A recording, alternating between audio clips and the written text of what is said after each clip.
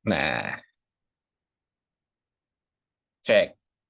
Percobaan tag pertama, presentasi minggu pertama. Nah, selamat siang. Mungkin Mas Binsar dan mungkin ada orang lain yang menonton. Ini adalah presentasi dari pertemuan minggu pertama, yaitu pertemuan 1 dan 2 oleh saya pribadi, Rizky Amanda Gustian. Nah, di sini ada beberapa pembahasan. Yang pertama, apa itu variabel, terus jelaskan apa itu data primitif dan non-primitif. Yang ketiga, apa itu if, else, elif, dan beserta berikan contohnya, terus apa itu loop, apa itu fungsi, dan penggunaannya, apa itu modul, dan cara penggunaannya di Python. Mungkin di sini source saya itu ada 2, ada YouTube dari kelas terbuka dan beberapa channel YouTube lain, dan tentu di sini saya menggunakan ChatGPT. Mungkin di sini contoh yang akan saya berikan lebih ke arah contoh yang simple dan ringkas. Mungkin belum menjurus ke satu project, namun saya harap contoh yang saya bisa berikan dan penjelasan saya bisa, ya paling tidak menyerempet benar. Syukur kalau benar.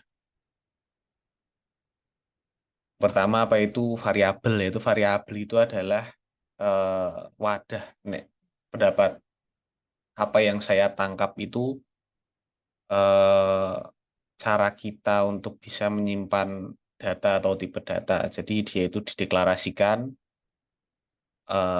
nantinya yang kita deklarasikan ini bisa untuk menyimpan nilai dari suatu data atau tipe data. Mungkin saya bisa berikan beberapa contoh dari pertemuan yang kemarin, semisal, nah di sini misal ada panjang sama dengan 15, lebar sama dengan 25, eh, total panjang tambah lebar, seperti itu. Nah, panjang dan lebar dan total ini adalah variabel, atau panjang dan lebar lebih tepatnya yang variabel. Nah, ini adalah tipe datanya, yang ini juga tipe data, yang ini adalah variabel. Jadi variabel itu ya memang untuk menyimpan data, dan kalau di Python ini, sepenangkapan saya, variabel juga bisa untuk mendeklarasikan perintah-perintah aritmatika, terutama yang sederhana. Jadi nantinya kita bisa melakukan perintah matematika, terutama yang sederhana, sepenangkapan saya, untuk bisa mencari atau mencari jawaban dari perintah aritmatika yang kita perintahkan ke dalam kode tersebut. Itu adalah variabel. Yang kedua, apa itu tipe data primitif dan non-primitif? Nah, tipe data primitif itu menurut saya adalah tipe data yang dia itu, karena primitif itu adalah suatu yang berkesan eh, lebih ke arah yang masa lampau. Jadi dia itu sebuah tipe data yang agak kuno. Nah, source saya ini dari ChatGPT, ini yang simple saja. Nah, kalau menurut penangkapan saya, tipe data primitif itu dia itu bersifat yang apa ya, sekali kita deklarasikan itu ya cuma nilai tunggal dari suatu variabel atau tipe data. Misal variabel kita, eh, variabelnya angka, tipe datanya nanti ya cuman ya seperti ini, contohnya seperti X sama dengan 5. Jadi tipe datanya itu cuman satu.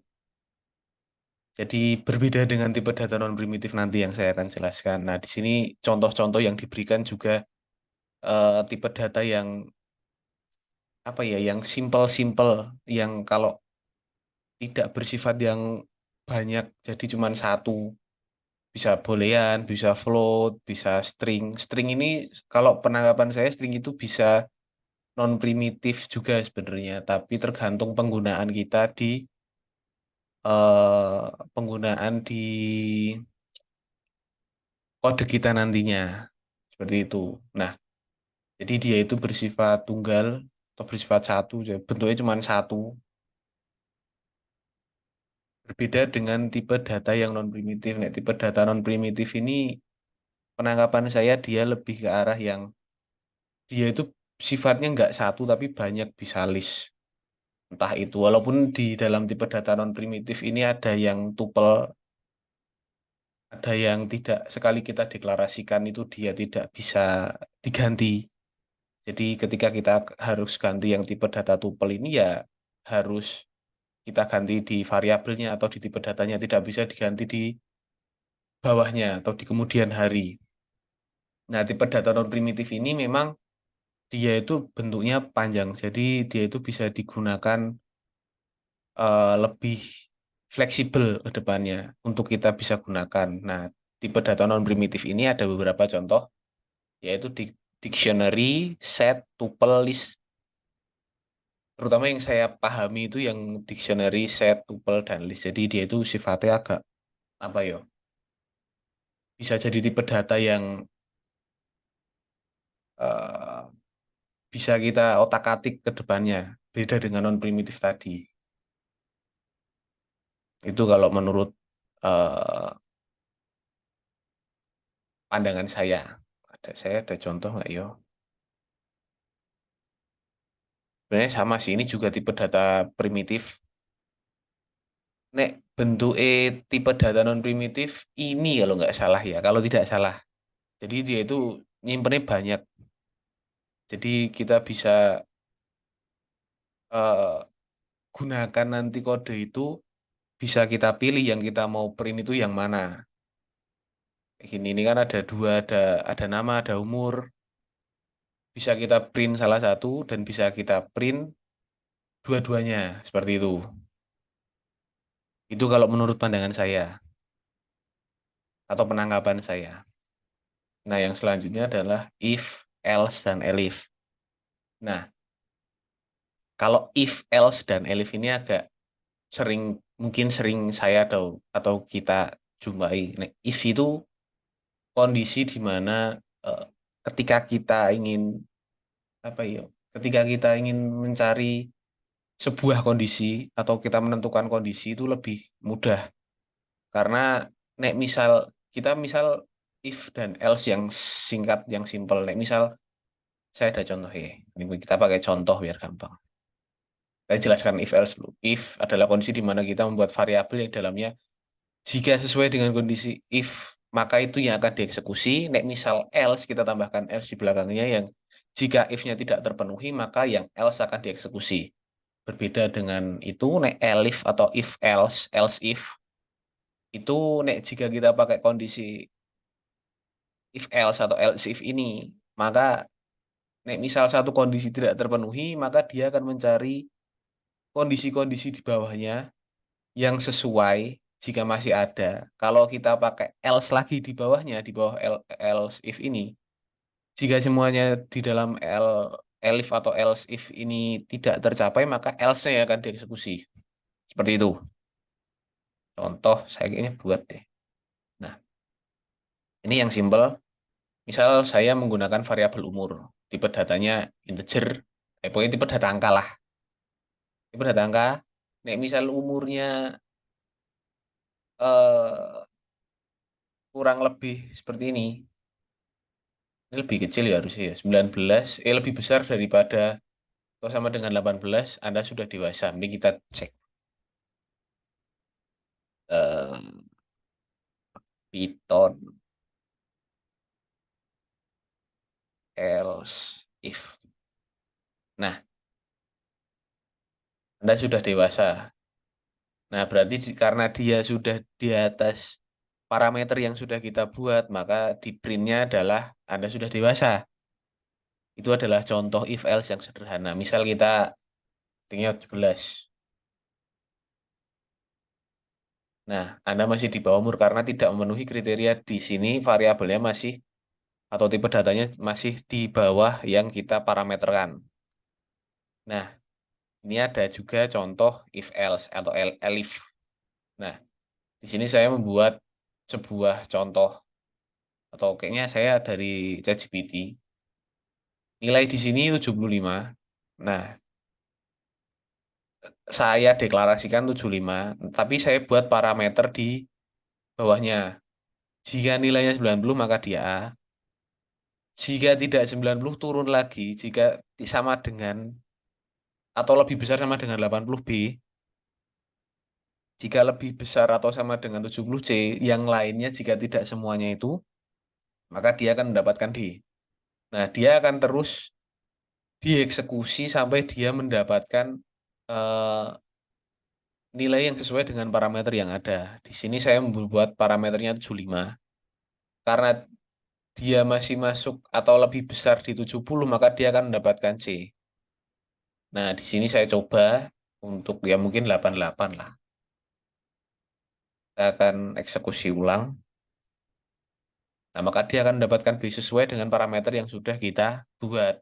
Karena dia belum menyentuh 90 dan dia sudah mendapatkan di 80. Seperti itu. Itu adalah sebuah contoh dari mekanisme eh, if else dan elif yang menurut saya cukup sederhana. Lanjut. Yang selanjutnya adalah modul. Nah, modul ini agak unik ya karena di sini itu mekanismenya dia itu memisahkan dua file yang berbeda. Nah, di pengertian yang saya tulis adalah kita bisa membuat mekanisme dua file yang berbeda namun nantinya kita koneksikan satu sama lain sehingga penggunaan di file utama atau di main.py itu lebih bersih dan lebih mudah untuk dibaca atau dimengerti. Apakah saya membuat contoh? Ya di sini aja. Sama aja sih sebenarnya. Nah, misal di sini. Oh, books. Nah, di sini saya membuat, kemarin kita membuat mekanisme, yaitu eh, seperti ini. Ini untuk mekanisme untuk menambahkan buku atau misal menampilkan buku dan menghapus buku. Di sini saya membuat, kita membuat mekanisme yang agak panjang. Tapi ketika mekanisme itu kita panggil, bisa lebih ringkas dan lebih mudah untuk jika kita gunakan di file utama. Nah, tinggal kita import atau kita bisa ambil dari books-nya tadi, dari books.py. Nantinya kita bisa gunakan apa yang ingin kita tampilkan.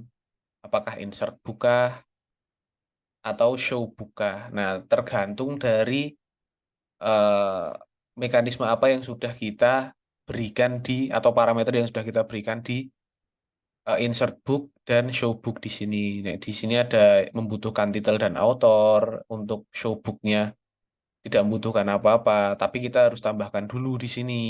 Nah, di delete juga bisa. Membutuhkan apa? Di sini membutuhkan title seperti itu. Itu untuk modul itu sendiri karena menurut saya modul itu intinya dua file yang berbeda kita pisahkan, tapi untuk tujuannya agar di main.py itu dia lebih apa ya, lebih bersih kayak gitu. Selanjutnya ada fungsi. Nah, fungsi itu kalau menurut saya adalah mekanisme di mana kita bisa menghindari perulangan dari setiap kode yang sudah kita buat, tapi dengan catatan kita harus menuliskan def atau definition dari eh, kode yang ingin kita buat menjadi fungsi. Seperti itu. Jadi intinya gampangnya, nek misal kita fungsi di sini. Nah, biasanya kan kita akan menuliskan print hello world, print terus. Nah, dari fungsi itu kita bisa deklarasikan sekali. Kita tidak harus menuliskan, sebenarnya bisa. Misal kita tulis di sini print gini, terus kita kopas.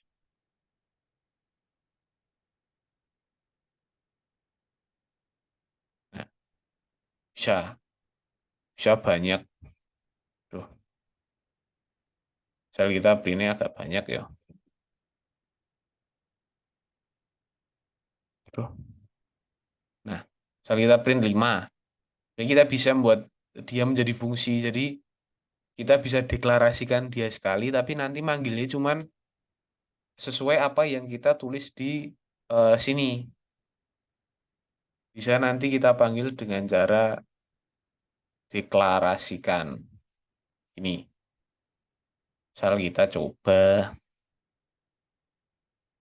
fungsi PPI. Nah, misal ini kita komen dulu.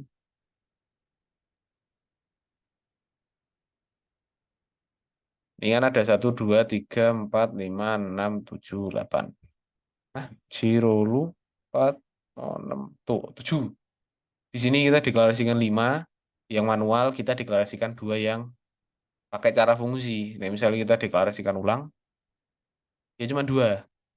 Itu sebenarnya sama daripada kita harus bolak-balik menuliskan secara manual ini, bisa kita cara menggunakan fungsi. Jadi fungsi yang mekanisme repetitif itu bisa kita persingkat dengan menggunakan fungsi ini ke depannya. Seperti itu. Bisa kita tulis deklarasikan terus we. Sama nanti keluarnya karena kita sudah menuliskan kode perintah di sini def deklarasikan isinya apa, kita print ini adalah deklarasi dari fungsi. Sama ketika kita tulis manual, hasilnya sama seperti itu. Itu kalau menurut pemahaman saya terkait fungsi. Dua terakhir ada while for loop dan while loop. For loop. Nah,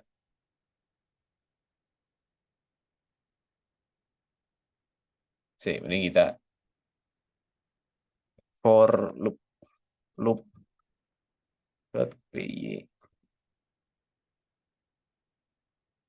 Oh, nggak keluar. Oh.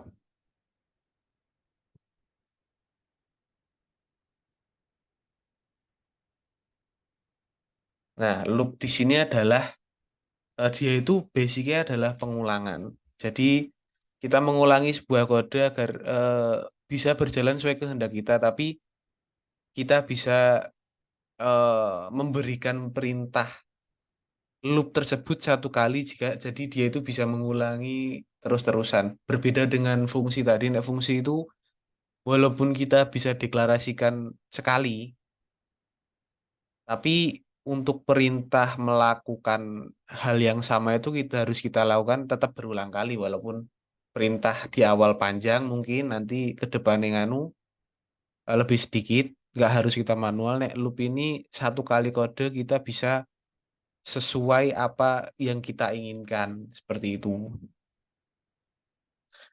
Satu kali perintah berbeda dengan mekanisme cara kita melakukan perulangan jika kita melakukan dengan cara manual. Contoh di sini misalkan manual ya. Angka misalnya kita deklarasikan 0. Di print 0 dong. Bisa kita lakukan angka +1, di print lagi 1, +1, 2, seterusnya sampai 4. Di sini saya buat contoh.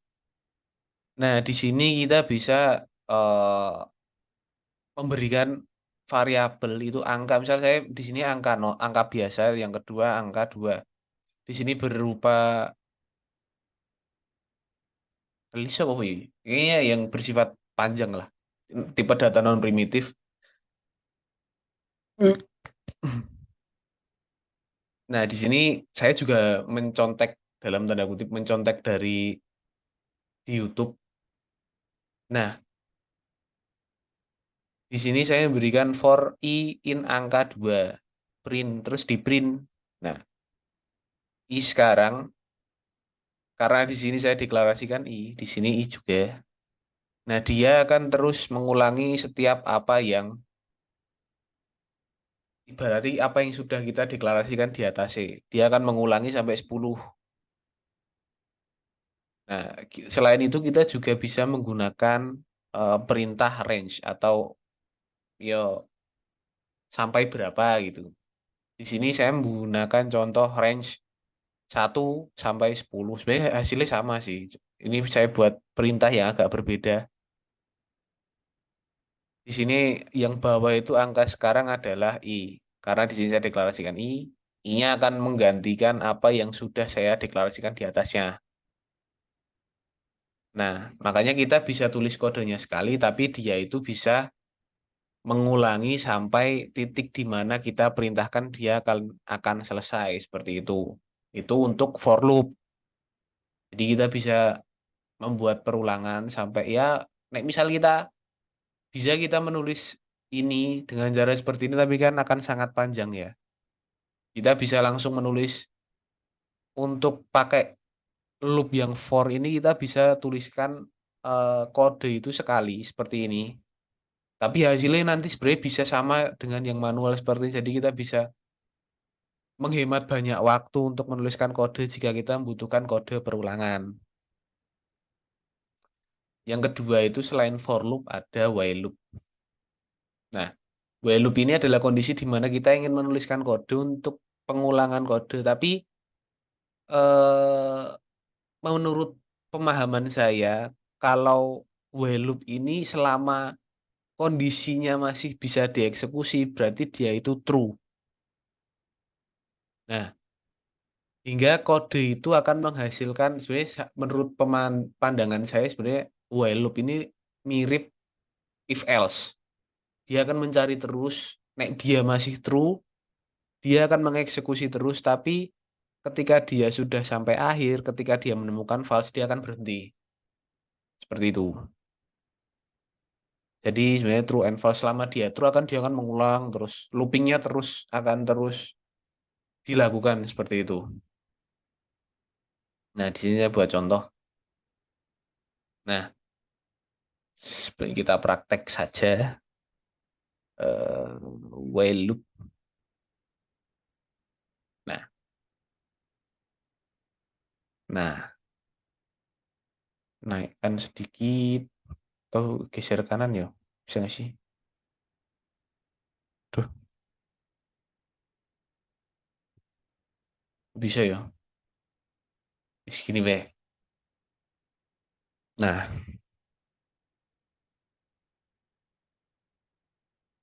oke.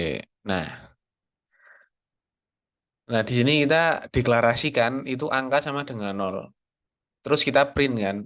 Angkanya sekarang ada berapa sih? Angka sekarang ada nol. Karena kita sudah deklarasikan. Nah, kita membuat mekanisme di sini selama angka nol ini lebih kecil dari 10, terus kita tambahkan, jadi setiap dia itu masih true di bawah 10, dia akan plus 1. Dan dia akan ngeprint angka sekarangnya ada berapa, dan ini masih true sampai mekanisme ini saya buat sampai dia menyentuh 10, berarti dia udah false. Di sini saya memberikan perintah, nek misal dia eh, udah sampai 10, udah sampai parameter yang sudah kita buat, berarti dia akan berhenti, dia akan false.